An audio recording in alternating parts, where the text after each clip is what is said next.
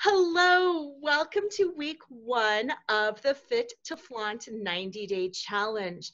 My intention with this program is to share this group of women with incredible tools with all of you.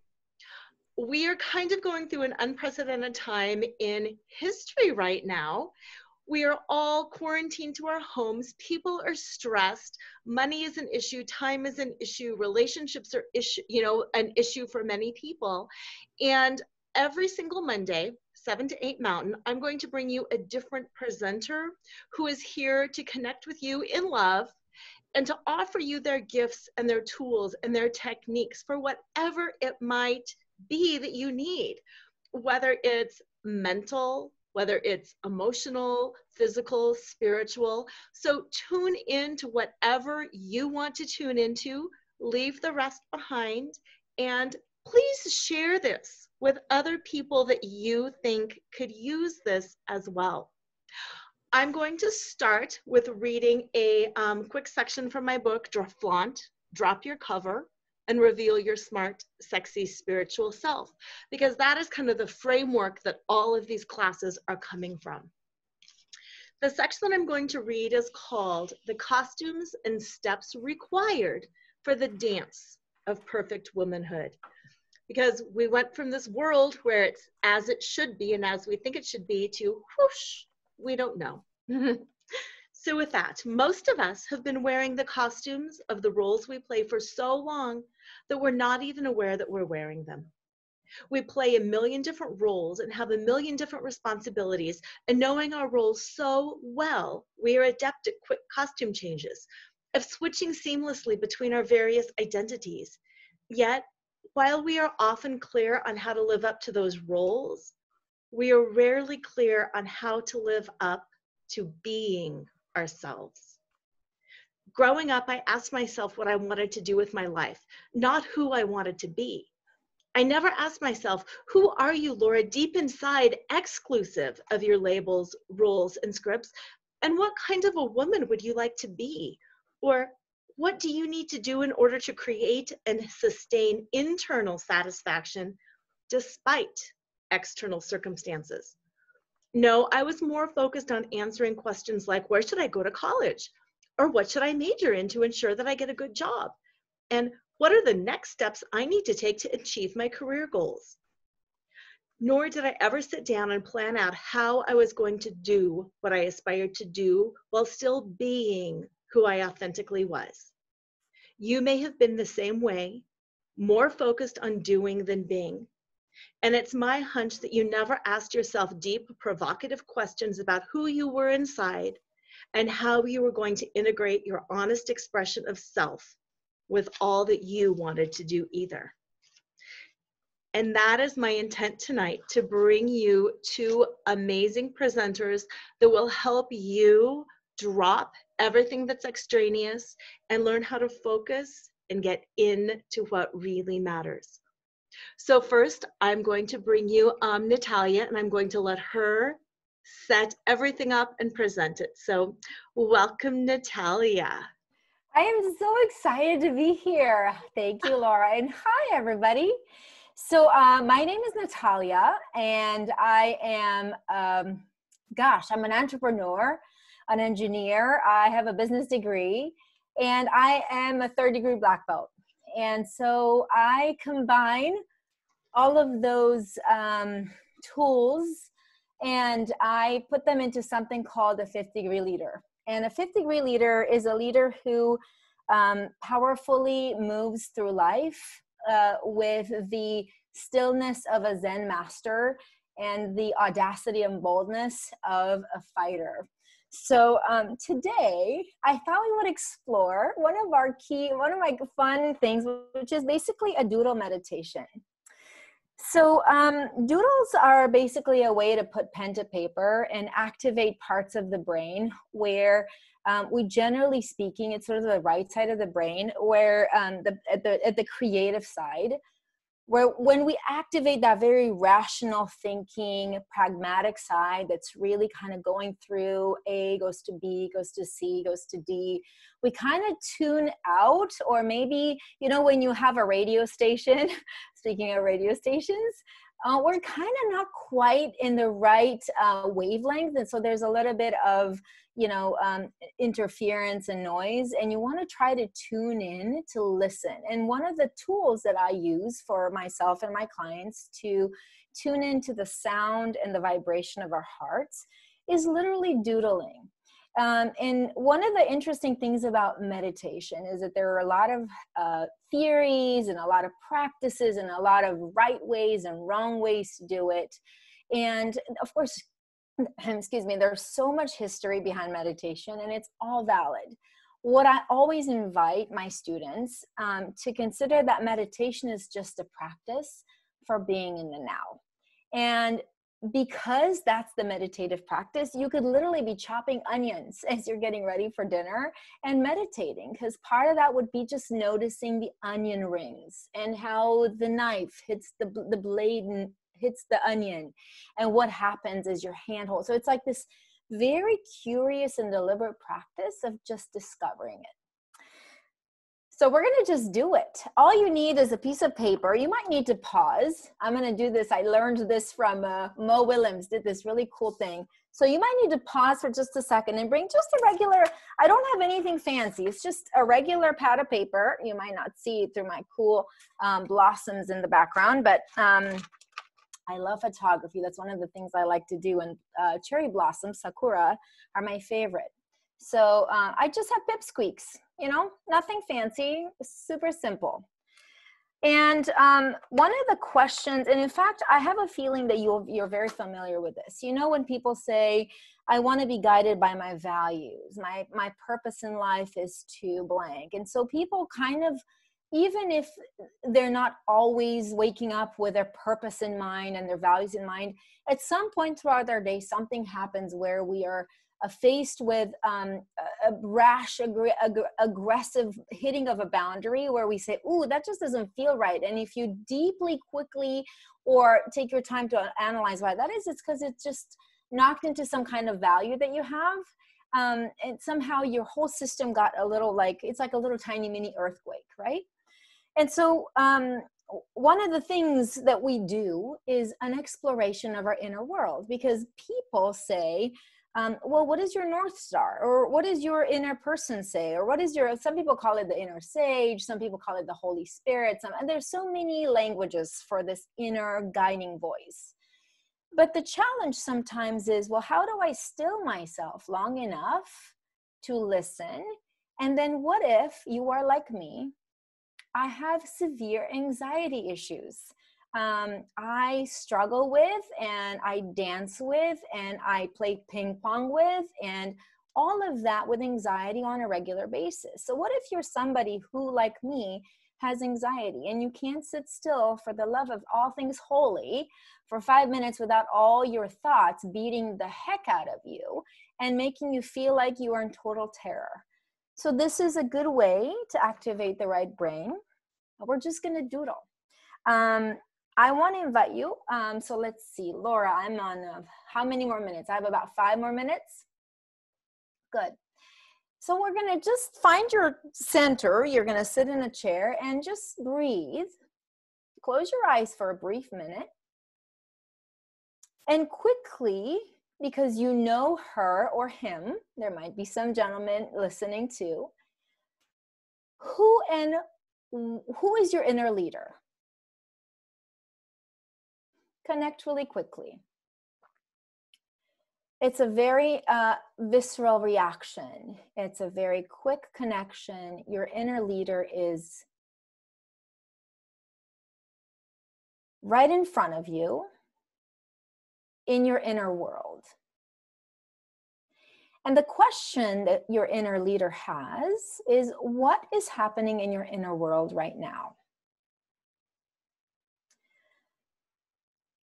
And we sit for 1 more second, allow ourselves to just settle into what is.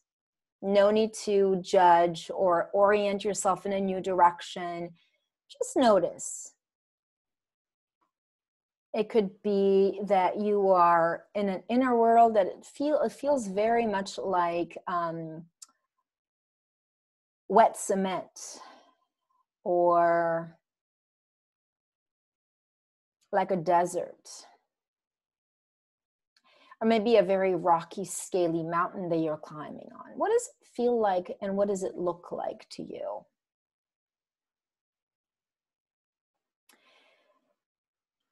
And what colors and feelings and sensations show up for you as you're exploring this inner world? And you're going to take a deep breath in and open your eyes, and without any attachment to your artistic sense, because this is coming from a subconscious wisdom, you're just going to allow yourself, maybe you're going to draw a square or maybe a triangle. So give your inner world some kind of shape.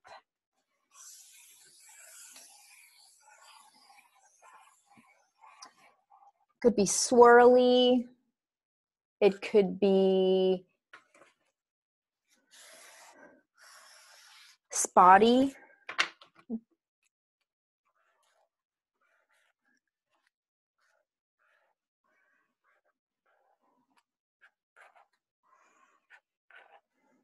What is it worth noting about your inner world?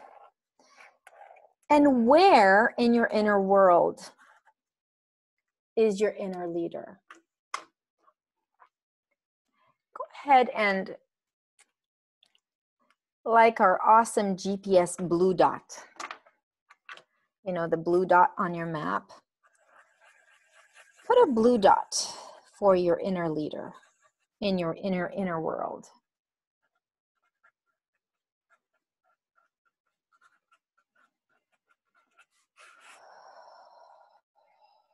Make sure that as you're doing this, you're breathing. And you're just curious. There's nothing here. It's just perhaps a message from your inner leader as you're looking at your map from your inner leader. And you're noticing where your inner leader is situated. Where are you? Where are you? The you question is a powerful one, because it could be that your sensations are not even on this map. Your feelings, your thoughts. Which part of you is really aware and present on this map?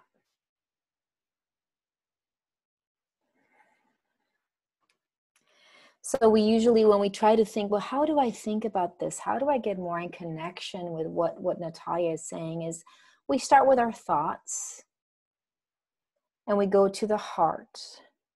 We notice sensations in our body. They could be in our muscles, in our arms, in our bellies. Or just, it's a deliberate act of noticing and thinking through, is there color to anything I feel? And what is that color?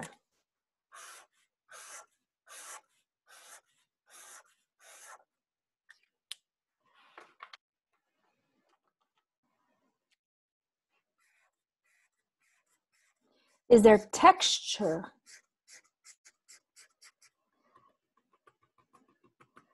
Is there texture that I can show? I'm feeling a sense of weird sandpaper for myself, which I've done through little dots, dots. But at the same time, I have this profound sense of water coming to me. And it's just, for me, it's this wave that's washing over the sandpaper.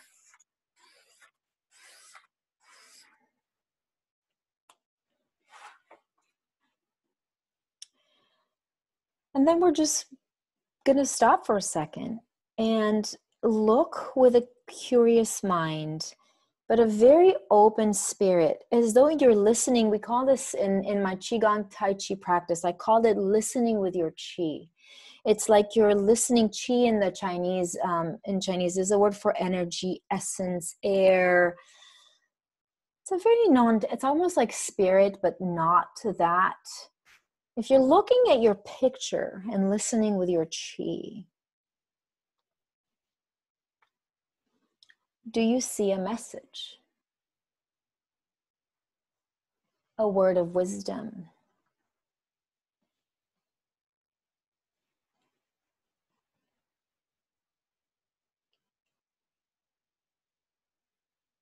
Is there a part of your map where you don't want to go? In other words, something came up where you say, oh, that's heavy. Oh, leave that for tomorrow. And I invite you to be a 5th degree leader that says, I will answer the call and I've got what it takes to go there. Your inner leader is powerful, strong, committed, unstoppable, and quite frankly, immortal. Your inner leader comes from your soul. It's boundless. It's whole, creative, and resourceful.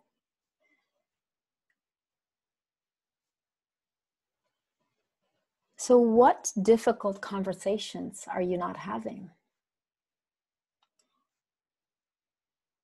What doors are you not opening?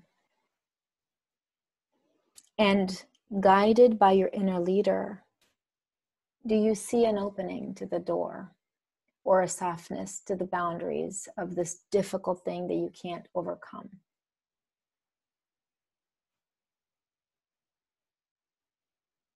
Now, the whole point of the inner leader doodle practice is to help you soften your own perception of those difficult moments that feel unsurmountable. Not that you're trying to make it all go away and sort of like a pat on the head, there, it's going to be okay. But to notice that in the now, the what ifs that are in your head are false alarms. They're false alarms from like those fire alarms that are in your house with worn out batteries. They go out and you're like, there's no fire. I'm just cooking and there's too much smoke in the house. This practice, this meditative practice, is an easy way to activate and stay present. So let's just close it. We're just going to take a deep breath in, and you're going to take 10 seconds to write yourself a guiding word. It's like a crumb that you're going to leave in the forest to come back to. One word that you'd like to discover more. So I'm curious about this. And one word that can act as an anchor into a present moment of strength and power. And in case you're curious, this is kind of what my map looks like. I've got the sandpaper here, the swirl, because that feels like what my world looks like. And there, the swirls. And then the waves that are washing the sandpaper and making it softer. So let's go ahead and take a deep breath in. And thank you for doing this. This was awesome. Thank you so much, Natalia.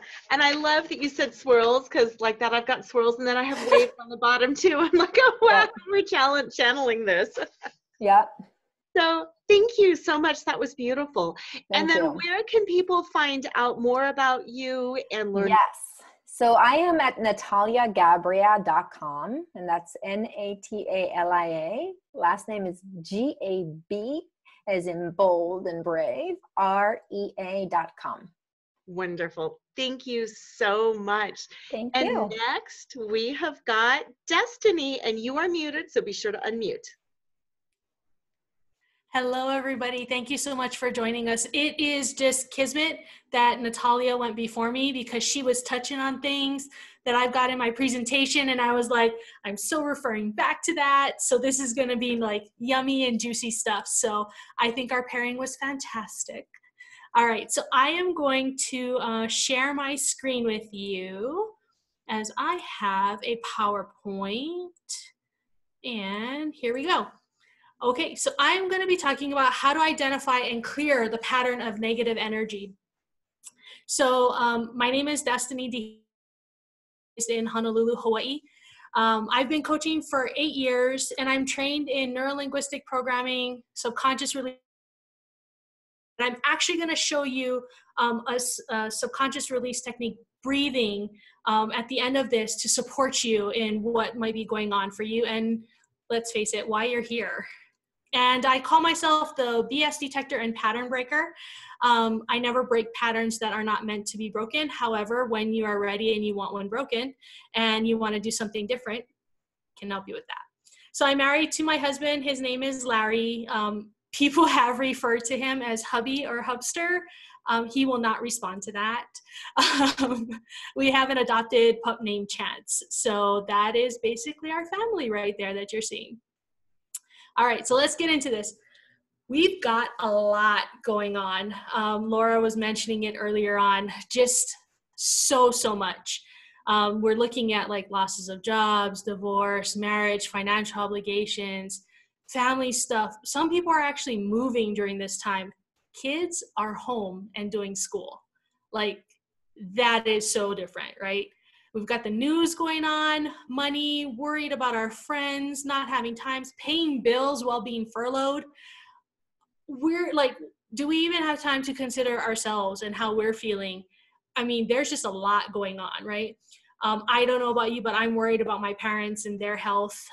They're in their 70s, and I'm like, why are you going to the store, right? And so like these little things that add up throughout the course of the day that just like feel like a lot. And that's not even all of the internal stuff that we are dealing with, right? These are the things that like we've been carrying around for a while. So as you can see, like, I felt like this picture really explains it. Like, it's just really heavy. And so what do we do with that? Well, the first thing we need to identify is the head trash that is going on with all of this.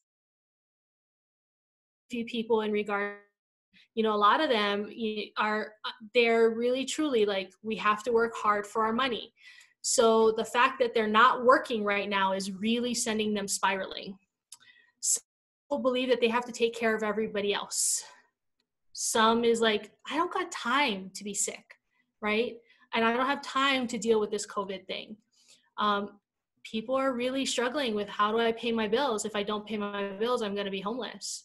And somehow we've got to make this work. A lot of people think they have to do it by themselves, that they have to do it on their own.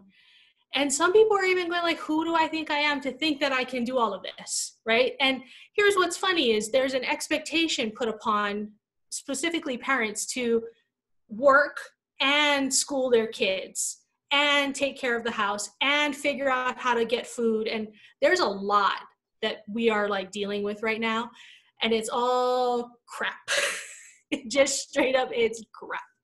Okay, so what does all of this have to do with what I'm going to talk about? Well, every single one of these is a thought that we have, just like what Natalia was saying. It's our thoughts, right? And all of that stems from our self-belief. And so if we can address our self-belief and the thoughts and the feelings with a breathing technique, wouldn't that just be amazing to like have this all release and get off of us so it's not as heavy, right? But we need to understand first, where does this self-belief come from? Life has given us this gift of self-belief. And so what happens is between the ages of 0 to 4 years old, 50% of everything that we learn is in our brains. It is put into our heads. So can you imagine a 4-year-old walking around and that's 50%? Like, you got them, right? Between the ages of 5 to 8 years old, they learn another 30%. So by the age of 8, they've got 80% of everything that they're going to learn in noggins. Okay? Between the ages of 9 to 8. So this is the ripe age where, I don't know about you, but we get kicked out of the house at 18 and we're told, go live your life. So we're living our life with 95% of somebody else's and ours beliefs, habits, and decisions that are neurologically hardwired in our brain. So somebody else taught us this 95%. And now we got to go out there and live our lives. Like, ah. So who do we learn all of this stuff from? Who are the people that teach this to us? Well, first we have our parents or caretakers or whoever raised us, right? If anybody has been adopted, then it may not be your parents, but your maybe foster parents or whoever it was that was there to raise you. Teachers, when we're 4 or 5, we start school. We have siblings, older, younger siblings that are around us. Maybe if you grew up in a big family like mine, I had a lot of cousins as well. So family members. Friends, right? We start doing play dates, playing sports with our friends. When we're in high school, we're like hanging out with our friends more than we're with our family. Doctors. At the age of 6, I went to see my doctor. I had been diagnosed with type 1 diabetes when I was 4. And at 6, they learned this newfangled test that was going to tell me how long I was going to live with type 1 diabetes. And the doctor told me I was going to live until 30. So my little 6-year-old brain, where I was learning that 80% of everything that I was going to know, right, thought I was going to live until 30. Now, luckily that wasn't true. I'm well past that point, but I didn't design my life to live past 30 because I seriously thought I was done at 30. I didn't marry my husband until I was 31 because I thought I was going to be done, right? Like that is how impactful doctors can be. All right. And now, like, look at our media. Oh my God. I'm just like, I don't even want to turn on the test the media makes me and the misinformation. But can you imagine our kiddos and like the Instagram and the social media and the Facebook and the TikToks and the, oh my God, Snapchats, right? And everything that they're dealing with when it comes to media, it is like an onslaught. So this is also, known as programming, conditioning. If you're in the churches, sometimes they call it generational curses. I call it bullshit stories or head trash. So that's what I'll be referring it to as in this presentation. In NLP work, they may call it self-limiting decisions. And then Brene Brown, if we have any Brene fans on here, she calls them barriers. So just know that they all mean the same thing, your self-belief. So the interesting thing about them is there are other influences to our self-belief, our head trash, our BS stories, our barriers.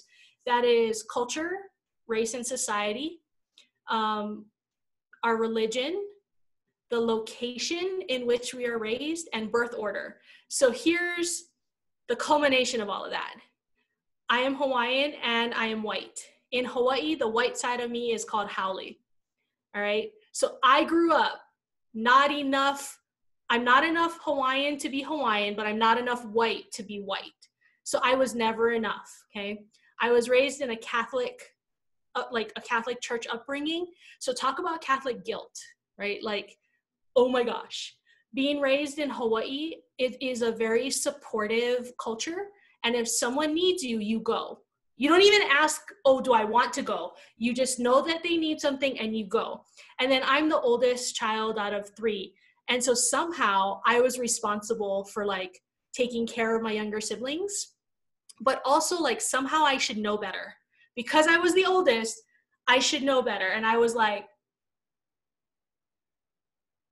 but you can see how like those are factors, right? There's a factor on if you're the youngest, if you're the middle, if you're the only. There's a factor on if you grew up in New York versus California, right? Look at all of these different influences that you've had on your life, okay? So what do these BS stories do?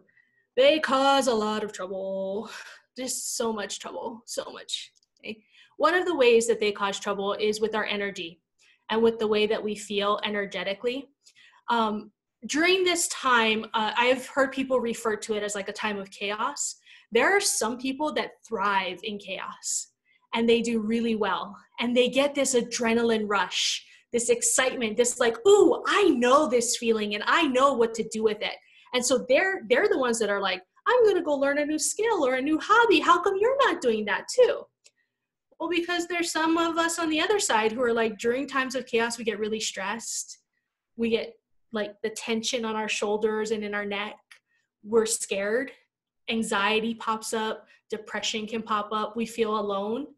The victim mindset is more of like, how could this be happening to me? How is this happening to us? Why is this happening? right? If you're anything like my mom, she's the overcomer and superhero, where she's like, look at what I can do. And like, look at what I did. And it's like, okay, you need to stay home. Like, that's awesome that you went and bought stuff, but stay home, right? But it's what she's energetically addicted to. So it throws off our energy. The other thing it does is internally we can judge ourselves. So there's a lot of comparison happening, like, oh, well, so-and-so is doing this, I should be doing that too. Or, oh, look at so-and-so, she's been homeschooling for how long, and I've never done it before, but I should be like that. And all of a sudden people are like really seriously taking on Pinterest. And I was like, no, it's not the time, people.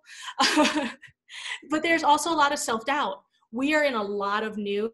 And so when things don't go quite the way we expect them to, we tend to doubt ourselves. And the interesting thing is, with self-doubt and a lack of confidence, they work opposite of each other, right? So when your confidence is really high, your self-doubt is really low. But when you're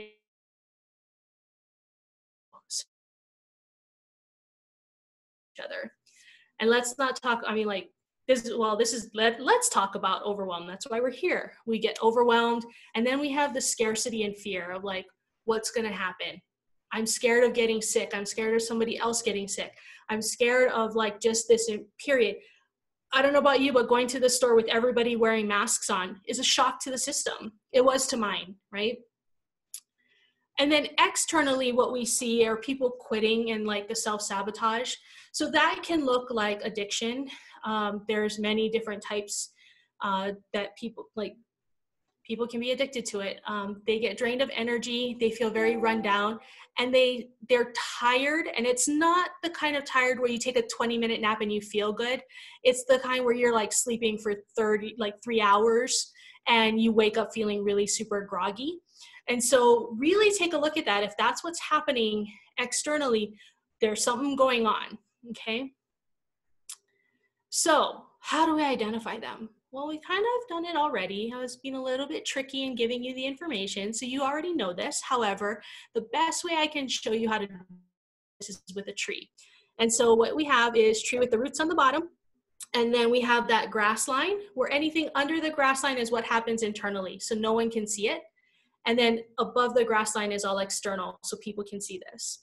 So down on the bottom, we have those beliefs, those self-beliefs that I was talking about.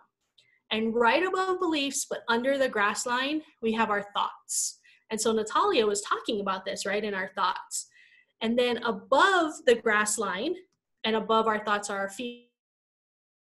And then up in the branches, we have our behaviors and actions. We have our results. So if we look at our results, are you sleeping 3 hours a day? Are you binge watching Netflix? Are you going to the refrigerator when you're bored and opening it up and eating more than you think you probably like should be doing, right?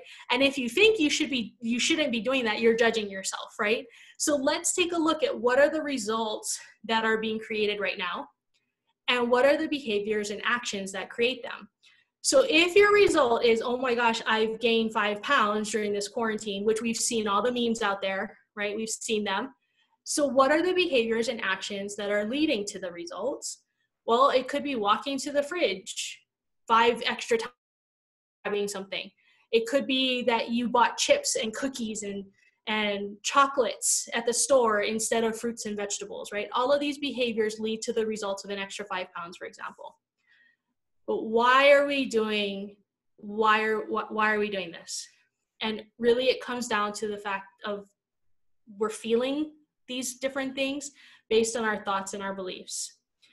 So our feelings go back to the energy that I was just talking about, right? Are we feeling stressed? Are we feeling anxious? Are we feeling joy? What are the things that we are feeling? Now we look back at our thoughts, and what are we thinking? Right? That head trash that I was talking about earlier. Are we thinking like, oh my gosh, how am I going to make ends meet this month? Oh my gosh, how long am I going to be furloughed? Oh, should I find another job? What are those thoughts that we're thinking? And then what's the belief? What's the deep, deep belief that we're really dealing with here? Remember that picture of that girl that was carrying all those boxes, right? She had like, not enough, I can't do this. Like, is that one of the beliefs that's really sticking around? And now what? can also be limiting. So that's what gets interesting, because the belief we have could help us, or it could defeat us. So which one are we going to let do? Okay. So as I was like, nope, we're going to change it. We're going to knock this crap off. Stop it. Right? Because once we change the belief, everything else above it changes. Okay. But how do we do that? Well, we actually do what we just did, and we work our way back. So what is the result that's being created? What is the behavior creating it? What is the feeling behind that? The thought behind that, and then the belief. So here's what you do. And this is where the breathing technique is going to come in to clear all of that out. So the first thing, you got to identify the result. What is happening? Take a look. You know, like I mentioned, are you watching Netflix for 3 hours a day, 12 hours a day, whatever that looks like? And I'm not talking about like if you just have it playing in the background, but you're actually doing stuff, because I'm guilty of that. Like I will put on a movie that I've seen 20 times and just let it play in the background, but I'm doing other stuff. That's not what I'm talking about. I'm talking about like you're sitting in your couch and you're watching it and you're avoiding everything else that's happening around you. Okay, so identify what is the result, what is happening, and then what is the behavior and action that is causing that. Okay, and then once you do that, how do you feel about it? And this is where we get to put on our big girl and big boy pants, because we actually need to use emotion words. Not, oh, I feel like I'll stop doing this in 2 hours when I have to, no, stop. I'm talking like, do you feel sad? Do you feel anxious? Do you feel depressed? Do you feel scared? Do you feel happy? Do you feel joyful? What are you really feeling? And use emotion words, okay? Not any of this, like, we like to think, feel, like it's what we do. And I think it's an American cultural thing. Like we like to think it. So what I'm asking you, really feel it, like identify what you are feeling, okay? And once you identify what you're feeling, and there may be a few things that you're feeling, right? So maybe it's a combination. Maybe it's sad, maybe it's angry, and maybe it's scared. So once you know those 3 things, I want you to think about what is the first memory you have of feeling these 3 things. Okay? The very first time you felt them. It may not be the earliest memory you have, but it's the first one that you remember, the first one that comes to you, all right? And go ahead and like just jot down a little bit of information on it. Like, for example, I just did this on myself on Saturday, and I remembered being incredibly scared when I was 4, and I woke up from my diabetic coma to this man shining a light in my face, wearing a clown nose, really close to me, like really, really close to me. And it was my doctor, right? And he was checking my eyes, but I didn't know that. I didn't know he was my doctor. What I remember when I put myself back into that 4-year-old memory, right? Put yourself back into that place, wherever it is for you, that memory. I remembered going, oh my God, I want to get away from him. And I couldn't, because I was pushing my heels into the bed, but the back of the bed was stopping me from moving backwards. So I immediately thought, I can't get away. I can't fight. What's happening? Those were the thoughts going through my head when I went back into the memory that was causing me a lot of drama, right? But I could identify it. So once we know the thoughts from the feelings, and do you see how we're working back down that tree, right? So we know the results, the behaviors and actions. What was I feeling? When did I feel it? The very first time that I remember feeling it. And then put myself back into that memory. What thought went through my head, okay? There, because now we're going to go into the breathing technique. Oops, let me go past all this. Okay, so how do we clear them? All right, here's the first part. This is a whole process, so, and there's only 4 steps, so don't worry about it. But I want you to just pause and watch the whole thing, and then we can actually practice it. So the first thing you're gonna do is you're gonna take a deep breath in, okay? Like a really deep breath in. You're gonna hold it, okay? Now your mind is gonna be like, you're gonna have to breathe, you're gonna have to breathe. You're gonna be fine, you're gonna hold it. You're gonna repeat a phrase to yourself inside your mind. And the phrase is, I release all positive and negative emotional blocks with. Then go back to whatever those thoughts were that were in your memory. So mine were, I want to get away, what's happening. I can't fight. I can't run. All of those things. So I release all positive and negative emotional blocks with, I can't fight. Then exhale. Then you can repeat this. Take another deep breath in and hold. Then repeat to yourself, I release all positive and negative emotional blocks with, I can't get away. Exhale. Deep breath in. And you can do this over and over as many times as you need to clear out all of the thoughts that you wrote down, all of the things coming up for you from that memory. Okay, so again, what's going on out here that's happening that you want to change? What's the behavior causing it? What are you feeling because of that behavior, right? And we need to use our emotion words. Okay? Then put yourself back to that think about that first memory that you've ever had where you felt all of those feelings. It's probably when you were a kid. Remember, 95% of your beliefs, decisions, and habits are all hardwired by the time you're 18. So this memory goes back to then. That is what that was. How old were you? Put yourself back into that memory as yourself, as the little you. Then take a deep breath in, hold, and repeat the phrase to yourself. I release all positive and negative emotional blocks with whatever it is that came up for you in that moment, whatever it is that you were thinking, and exhale.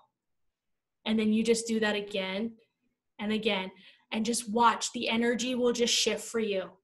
It'll just dissipate off of your shoulders. And if any of you hold your tension up here and your shoulders are by your ears, your shoulders will drop down, right? You'll find that you don't have that pressure on your chest, that you feel much better, clearer, right? And the one thing that I will say with this technique, it's up to you if you want to do it at night. I have had some clients do it at night, and then they were bouncing off their house, and they were because all of a sudden they had all of this energy that, they were cooping up inside that they just released, and they were wee, and then they were up until 2:00 in the morning.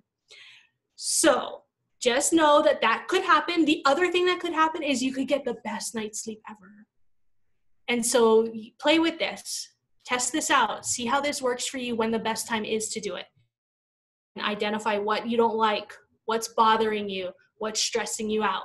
How do you feel about it?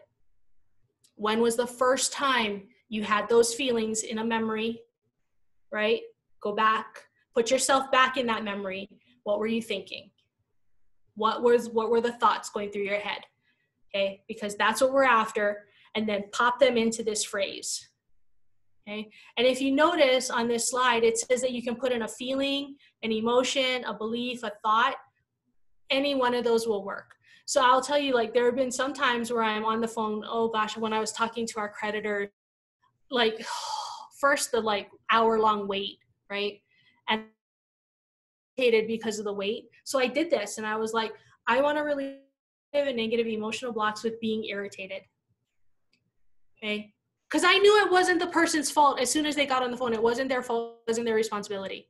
But I needed to clear that. And guess what? I got the most helpful, amazing, joy-filled person because I cleared that off of me first. If I hadn't, I bet you I would have gotten somebody that I was oh God, I should call back, right? So just pay attention to what's going on for you and know that this is a tool that you can use at any time. Keep your eyes open if you're driving. No closing your eyes when you're driving, okay? But you can seriously use this when you're waiting in line, when you're on the phone, when the kids are going crazy. Utilize this. You can even say, emotional blocks with my kids driving me crazy. They're not going to know you're saying it to yourself in your head, right? So this is the stealth meditation, all right? And if you have any questions, please feel free to reach out to me. You can find me on Facebook, Instagram, LinkedIn under Your Magical Destiny, and I'm happy to support you in this. And Laura, if you guys have any questions, I'm happy to answer them, or if there's anything that, maybe I didn't touch on. It was perfect. Thank you so much. You're welcome. Thank you for this opportunity. You are welcome. And I'm always a big believer in synchronicity. And when you said, everything Natalia did first tied in, same thing, my closing reading, I'm how did she know what I was going to close with? So it's just all perfect and perfectly aligned. So to sum up today, there's a lot going on. There's a lot going on in our external world, but there's also a lot going on in our internal world. And we can access some of that internal world through things like doodle meditations. We can do it like with the breathing technique. Once we access what's going on inside our heads, then we can identify what it is and use the breathing technique to clear it, instead of just sitting there going, I don't know, I just feel awful, I don't know what it is. So what I'm going to close is from that same chapter, The Labels, Roles, and Scripts of My Emerging Womanhood, which is everything that you talked about, Destiny, with that, 95% of our beliefs. Let me share with you the labels, roles, and scripts of my past, the accompanying costumes, accessories, and dance steps that were all part of the choreography created for me by others. Why? Because oftentimes we see aspects of ourselves in the stories of others, bringing us levels of insight that we didn't have before. Now, I'm not going to share all my stories with you. That's the whole book.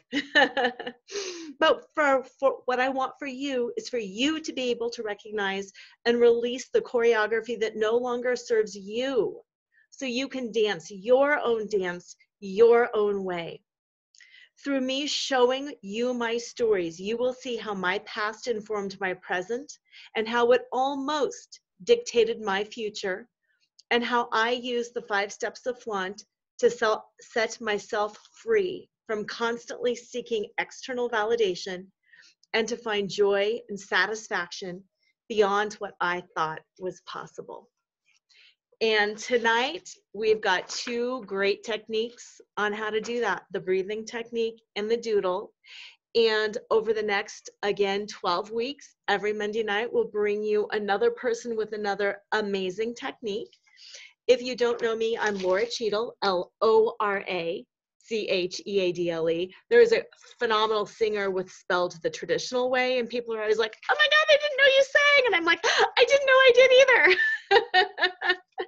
So that's not me, but you can find me at lauracheadle.com. You can get the book, audio digital print on Amazon. And I will put Natalia's and Destiny's information on this site. And again, invite your friends. We will see you next week. And thank you, ladies. Thank you so much. I will see you next week.